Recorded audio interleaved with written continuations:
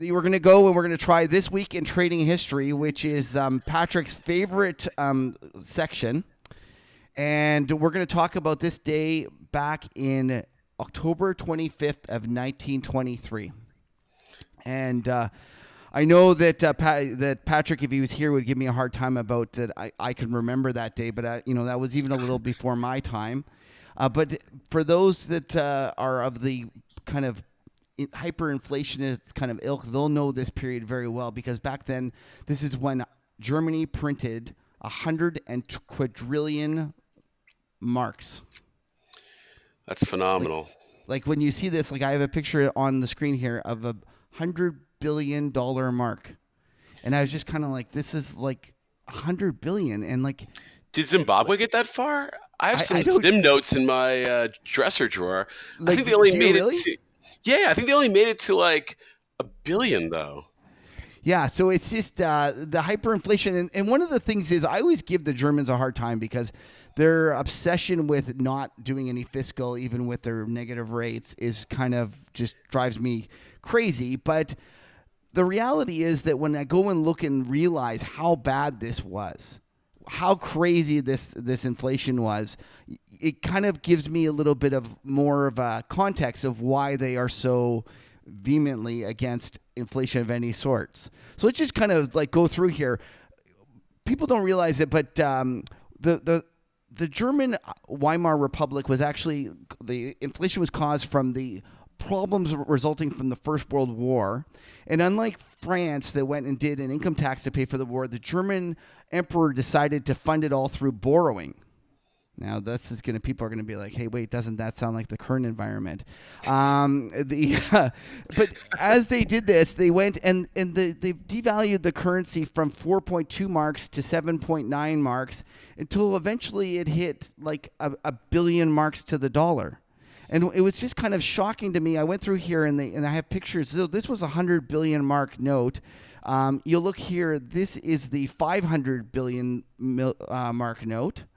And this is the 5 trillion mark note.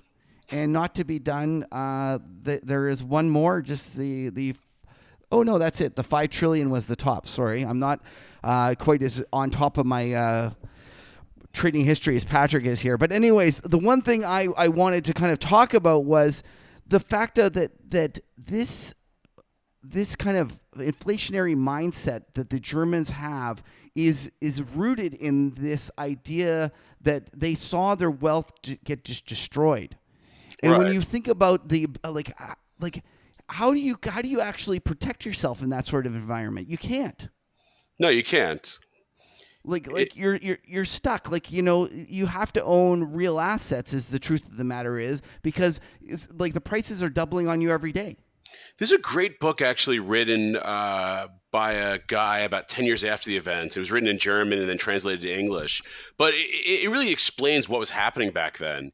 Mark Faber has always been, writing about it. And, you'd think hard assets are good for you. But when you look at it, a lot of guys who owned property, they came out a little better than the guy who owned, marks and a savings account, but not so much better because, other things went up really fast and your rent stayed constant. Basically you're getting paid rent in a 5-year lease, and then you own this physical property, but then your property tax and your, insurance and your utilities keep ripping, and you're as upside down as the guy who had, a bank account. It seemed that almost everyone got hurt at every step of the way, except a couple government officials that played the game. And a lot of the hard assets that people keep talking about now that they ought to own, they didn't actually give you the sort of protection that you'd think they would give you the protection. It's more like you just need to turtle up and own some gold. And when the game stops and they go back to normal currency, you have this gold and you can go back out there and restart your life. Yeah, well, that's one. The other one that Barton Biggs, he has a famous book, Hedgehogging. He looked over time at different things that saved, that was a store of value. And he came to the conclusion that actually small farmland was another one that did very well. That's a good one. Yeah, because you wanted small farmland because the trouble was if you owned large farmland, it got expropriated on you. And if you think about you're a French farm owner and the Nazis come in, they go take the big ones, but they probably leave the small ones for you to because they need the product and they're not going to bother with you. So he kind of came to the conclusion that was another great store of value. No, that's actually interesting because when you have hyperinflation like this, it's because government has gone rogue. I was in Zimbabwe and we met with one of the largest banks, like just call it Bank of Zimbabwe, but it probably had some other name. And we met with the CEO and we were talking about lending. And this was like a month after they stopped with the Zim notes and dollarized the economy because the whole thing stopped working. So I went there with some hedge fund friends thinking we'd find great opportunities. I'm talking to this bank and he takes me to a warehouse and they have a bunch of like half-used, banged up washer machines and microwaves. And he's just like, yeah, we took our entire deposit base and we invested it in whatever we could that was not going to depreciate.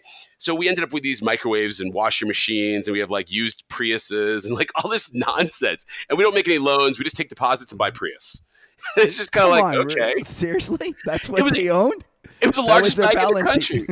Yeah, no, they had the most branches in the country, and I remember like just talking with this guy, and I didn't believe him. It takes me to this old like Rhodesian warehouse, it used to be like a tobacco warehouse or something, and it's just full of microwaves. And he's like, "Yeah, we got a couple shipping containers of microwaves. It's the only thing we could grab. Everyone already grabbed the good stuff." So we got these microwaves, and they're sort of was a microwave depreciate like 5% a year, 10% a year. It doesn't really go obsolete.